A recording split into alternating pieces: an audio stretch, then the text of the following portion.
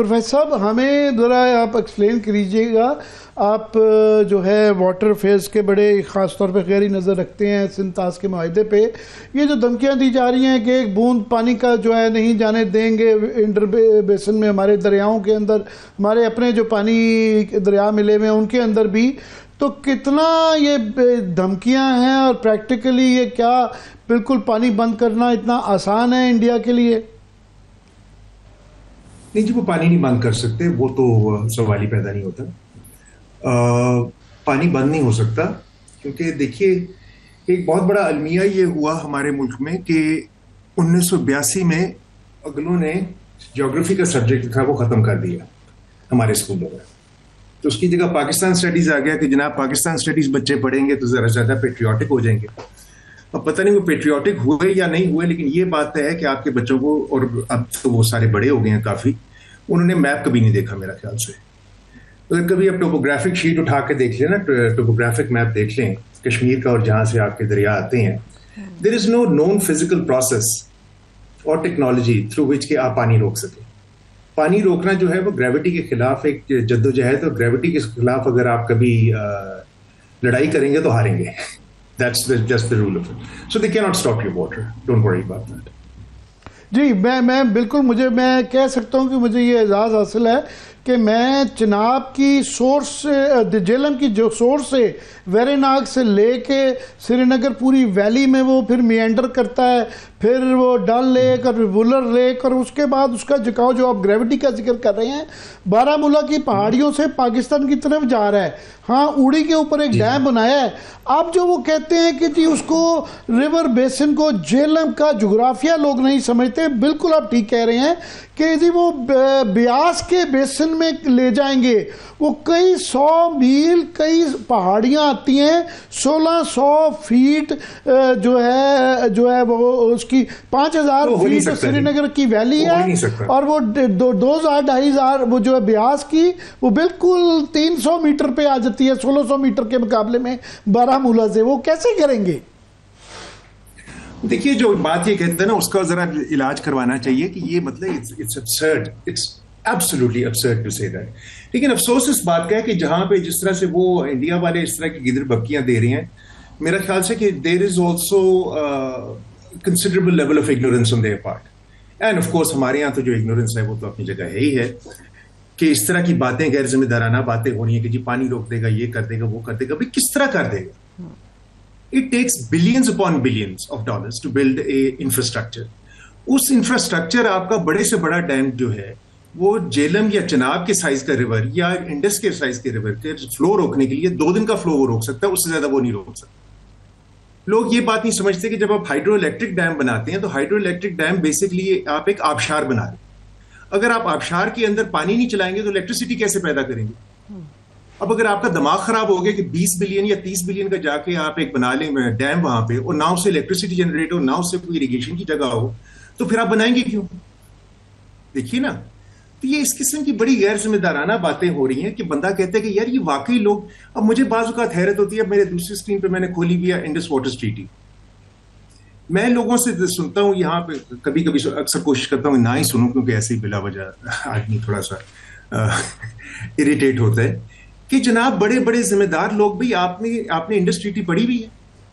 अक्सर आपने देखा को मिनिस्टर साहिबान, सेक्रेटरी साहिबान, बड़े बड़े लोग बातें करेंगे जी ऐसे है, यूं है, यूं है, यूं है। जनाब आप एक ट्रीटी तो पढ़ लें खुदा के लिए कि किस कदर नुकसानदेह ट्रीटी के ऊपर आपने साइन किए। आप खुदा के लिए ये तो देख लें। अब आप कहेंगे जी ईस्टर्न रिवर पे अभी जो हमारे दोस्त पहले कह रहे थे वो बात उनकी मॉरल लेवल के ऊपर बिल्कुल ठीक है, लेकिन अगर मैं आर्टिकल 3 देखता हूं यहाँ पे, आर्टिकल 2 जो है आपकी ट्रीटी का, उसका पहली शेक है कि all waters of the eastern river shall be available for the unrestricted use of India except as otherwise expressly provided in this article. और इस आर्टिकल के उन्होंने एक्सप्रेसली ये कहा कि 1970 तक जब तक आपके रिप्लेसमेंट प्रोजेक्ट नहीं पूरे होते तब तक हम थोड़ा हाथ रोक के रखेंगे। उसके बाद आपने खुद अगर इसके ऊपर साइन किया तो फिर आप कंप्लेन किस बात की कर सकते हैं कि जी मॉरली ये है। आपने ट्रीटी जब साइन की थी तो आपने एक्सप्रेसली आपके जितने भी राइट्स हैं as a low riparian under international law वो आपने सरेंडर कर। ये जो आप स्टांस ले रहे हैं कि यही इंडिया कह रहा है, वो जो रीनेगोशिएट करने का कह रहा है कि जनाब ये पिछले 30, 40, 50 साल में जो क्लाइमेटिक चेंजेस आ चुकी हैं, पैटर्न्स चेंज हो चुके हुए हैं स्नोफॉल के और पानी बारिश के, मौसमी तब्दीलियां आ गई, एनवायरमेंटल इश्यूज उस वक्त नहीं थे जब ये ट्रीटी साइन की गई, मगर उसके लिए बायलैटरली हमारा दोनों का एग्री करना है। यूनिलैटरली इसको सस्पेंड करके उन्होंने फॉर्मली अभी वर्ल्ड बैंक को इतला नहीं दी है इन राइटिंग, अभी सिर्फ ये बयानात की हद तक है। क्या कहेंगे?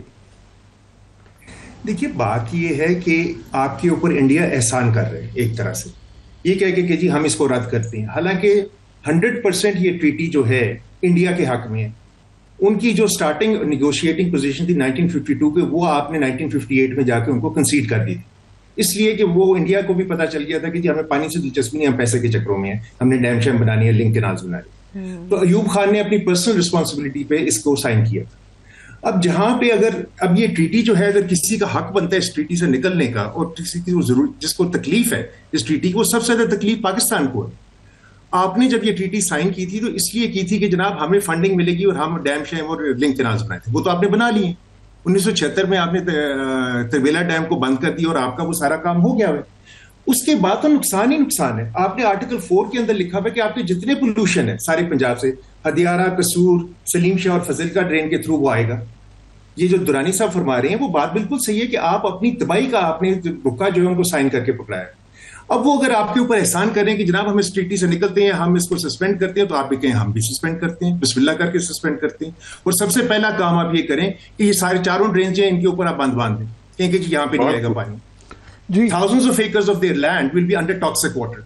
उनको समझ आ जाएगी कि ये ट्रीटी कैसे बंद होती है। मुझे समझ नहीं आती है कि ये एक अनसाइंटिफिक, अनफेवरेबल, डिजास्टर्स ट्रीटी, हमें इतना इश्क हुआ है कि जी इंडिया इसमें से निकल गया, हम पता नहीं क्या कर लेंगे।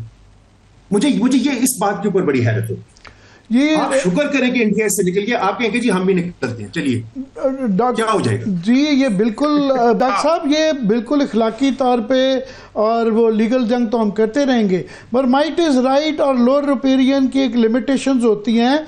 तो आपके ख्याल में ये जो आप कह रहे हैं कि अच्छी, एक हमारे लिए अच्छी बात है कि ये सस्पेंशन हो जाए, वो कर लें, तो हमारा उनकी जो डिले करने की जो टाइम, क्रूशल टाइम्स के ऊपर सोइंग के अंदर फसलों के, अगर वो 10 से 15 दिन भी एक्सटेंड कर सकें तो हमारा तो नुकसान हो जाता है। देखिए जनाब, 80% क्रॉप वाटर रिक्वायरमेंट आपके मुल्क में ग्राउंड वाटर से आती है। सन 60 में आपने जब ट्रीटी साइन की थी, मेरे ख्याल से सारे पाकिस्तान में 6 ट्यूबवेल होंगे। आज आपके पंजाब के अंदर 15 लाख ट्यूबवेल है। ठीक है जी, आपका फार्मर जो है, आपकी जो इरिगेशन आती है, ये ग्रेविटी इरिगेशन आती है, प्राइमरी उसकी यूटिलिटी फार्मर के लिए ये है कि वो सिल्ट लेके आती है। सिल्ट जो है एक नेचुरल खाद का किरदार अदा करती है। किसी भी फार्मर से पूछे, वो इतने खुश होते हैं जब फ्लड आती है, क्योंकि उससे अगले 5 साल उनको फर्टिलाइजर नहीं लेना।